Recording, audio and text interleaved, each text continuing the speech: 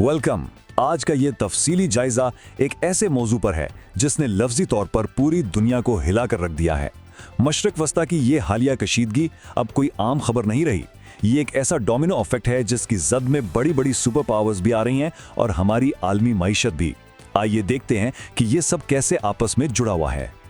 अच्छा, आगे बढ़ने से पहले जरा देख लेते हैं कि आज हम किन 4 चीजों पर बात करेंगे।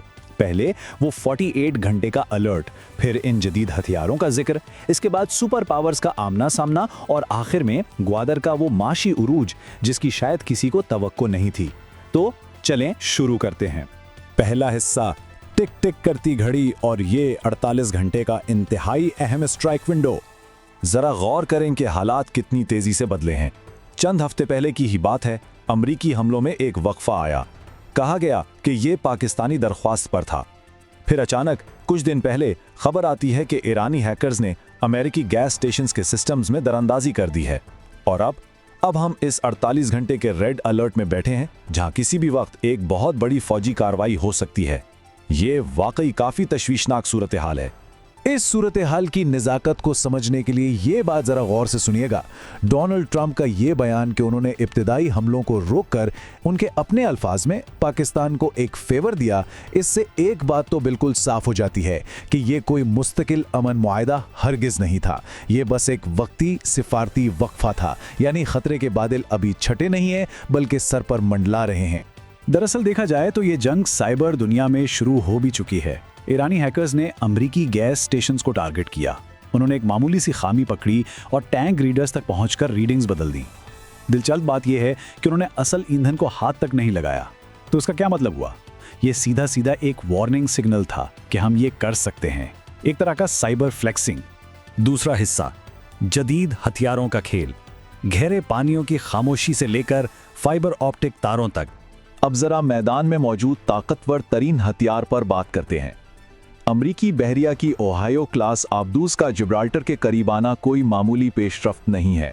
ये आबदूजें महीनों तक समंदर की गहराइयों में बिल्कुल खामोशी से सफ़र करती हैं और इनकी ताकत का अंदाज़ा इस बात से लगाएं कि इनमें नस्ब ट्राइडेंट बैलिस्टिक मिसाइल 15,000 किलोमीटर दूर से भी अपने हदफ को एटमी वॉरहेड से निशाना बना सकते हैं। ये वाकई रोंगटे खड़े कर देने वाली सलाहियत है। दूसरी तरफ क्या हो रहा है? रिपोर्ट्स बता रही हैं कि चीन खामोश नहीं बैठा, वो ईरान को लाइव इंटेलिजेंस सपोर्ट दे रहा है। मतलब अमेरिकी और इस्राएली जंगी तैयारे कहाँ उड़ रहे हैं, कहाँ से लॉन्च हो रहे हैं, और दिफा के लिए रियल टाइम सैटेलाइट डेटा, ये सब तेहरान को बराह रास्त मिल रहा है। ये स्ट्रेटेजिक गेम का एक बिल्कुल नया और ख़तरनाक लेवल है। अब जरा इस नंबर को देखिए, 5000। ये कोई छोटा मोटा हिंसा नहीं है। ये बताता है कि रूस किस लेवल पर ईरान की मदद कर रहा है। मुबैना तौर पर ये उन खास फाइबर ऑप्टिक ड्रोन्स की तादाद है जो रूस ने ईरान के हवाले किए हैं ताकि वो किसी भी हमले का मुंह तोड़ जवाब दे सके। आखिर ये फाइबर ऑप्टिक ड्रोन्स इतने खास क्यों हैं? आम वायरलेस ड्रोन्स को जैम करना या उनका सिग्नल तोड़ना काफ़ी आसान होता है, लेकिन ये नए ड्रोन्स एक इंतहाई बारीक धागे जैसी तार से जुड़े होते हैं, जिसका सीधा सा मतलब है इन्हें जैम करना या उनका राब्ता तोड़ना बिल्कुल नामुमकिन है।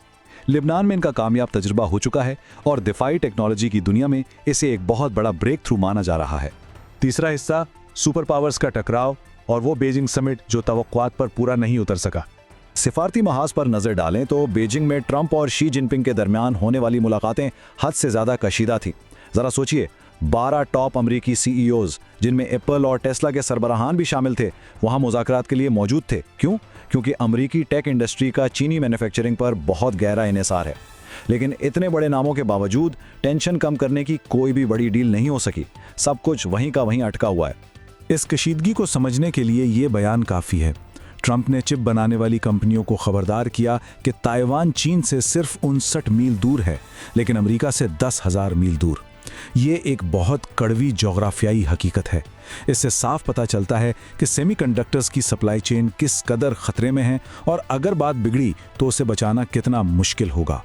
और बात सिर्फ चिप्स की नहीं है, जरा रेयर अर्थ मिनरल्स यानी नायाब मादनियात की सप्लाई को देखें। अमरीकी मिसाइलों और रेडार्स के जखीरे को दोबारा बनाने के लिए इनकी सख्त जरूरत होती है।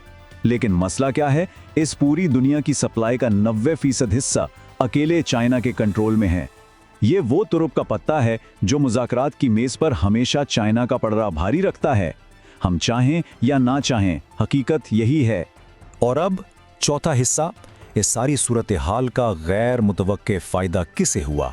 ग्वादर का अचानक मौशी उरूज। देखें, जब आबनाए हुर्मुज़ बंद हुई तो बैनुल अक़वामी तिजारती रास्ते तो जैसे जाम होकर रह गए।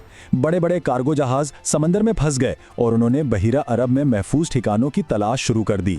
ऐसे में गवादर पोर्ट सामने आया। 14.5 मीटर गहरी ये बंदरगाह लॉजिस्टिक्स के लिए एक लाइफ लाइन बन गई।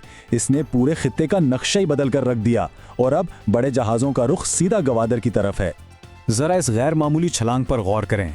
पूरे साल 2025 में गवादर ने मजमूई तौर पर 8,300 कंटेनर्स हैंडल किए थे, लेकिन हैरत अंगेज तौर पर अप्रैल 2026 के सिर्फ एक महीने में ये तादाद 11,000 क्रॉस कर गई।